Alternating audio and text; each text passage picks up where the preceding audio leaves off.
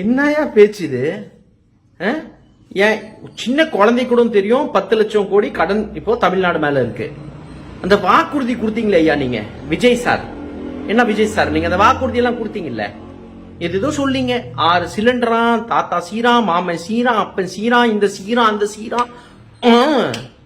இப்போ பதவி ஏத்த உடனே வளைச்சு தொடிச்சு கொடுத்துட்டு போயிட்டாங்களா கஜானாவை? ஐயா நிதி எல்லாம் அப்படி வராது. இது ஒரு மன்னர் ஆட்சி, ஒரு கஜானா அப்படியெல்லாம் இல்ல.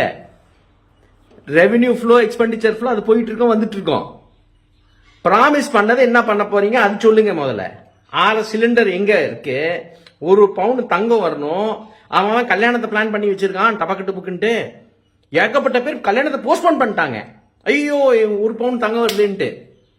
என்ன இது? அப்போ சும்மா வெள்ளை பேப்பர் கொடுக்க போறானா? வெள்ளை பேப்பர், அந்த வெள்ளை பேப்பர் என்னத்தை வச்சு என்ன பண்றது? நாங்க வெள்ளை பேப்பரை ஒழுங்கா நிறுத்திங்கய்யா. சொன்னது செய்வேன், சொல்லாதது கூட செய்வேன். டைலாக் வேற அதுல. சொன்னது செய்வோம். என்னப்பா ராஜ்மோகன் அப்படியே அந்த இன்டர்வியூ கொடுத்துட்டு போயிட்டு இருக்கிறீங்க. அப்படியே சொன்னதெல்லாம் செய்வோம். டக்குன்ட்டு இப்போ வெள்ளை பேப்பர் இருக்கிறீங்க, கெல்ல பேப்பர் இருக்கிறீங்க, கஜானா சுத்தங்கிறீங்க. நல்லா இருக்குப்பா. Very very wrong bro mister Vijay, very wrong bro. Oath taking ceremony official business. முழு ஸ்டேட் இதை பார்க்க போகுது. ஸ்டேட் உங்களை பார்த்து உங்களை கத்துக்க போகுது நிறைய விஷயங்களை. எஸ்பெஷலி நீங்க ஒரு பெரிய பெரிய இன்ஃபுளுசரா இருக்கீங்க. சங்கீதா வீட்டில் இருக்காங்க, த்ரிஷா ஓத் டேக்கிங் செரமனில இருக்காங்க.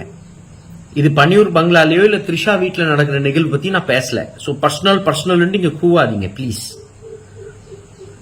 தப்பா சொல்ல கத்துக்கோங்க.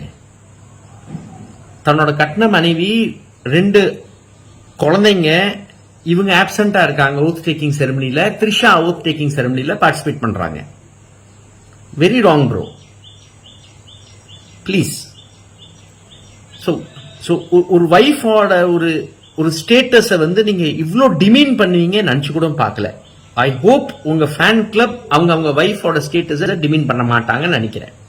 நன்றி. தமிழக மக்கள் வந்து ரொம்ப தெளிவாதான் இருப்பாங்களே தவிர்த்து இது அயோத்தி மாதிரி ஆக்கலாமே, இதுல என்ன தவறுன்னு கேக்குறாருன்னா அப்ப அவர் எந்த அளவு இவருக்கு அறிவு இருக்கு நயினார் நாகேந்திரன் அவர்களுக்குன்னு இதுலயே மக்கள் தெளிவா புரிஞ்சிருப்பாங்க. அப்ப நீங்க என்ன சொல்ல வரீங்க? நேரடியா நாங்க அப்படிதான் பண்ணுவோம், நாங்க பிஜேபியை உள்ள நுழைக்கிறதுக்கு RSS மூலமா எல்லா காரியங்களையும் நாங்க இதெல்லாம் வந்து ஒரு சின்ன விஷயங்கள் அப்படியே குட்டி குட்டியா அரிச்சு அப்படியே பெரிய பூதாகரமா ஆக்கி அதுல ஒரு சந்தோஷப்படுறதுதான் பிஜேபியோட நோக்கம். என்னன்னா தமிழக மக்களுடைய நிம்மதியை கெடுக்கும்.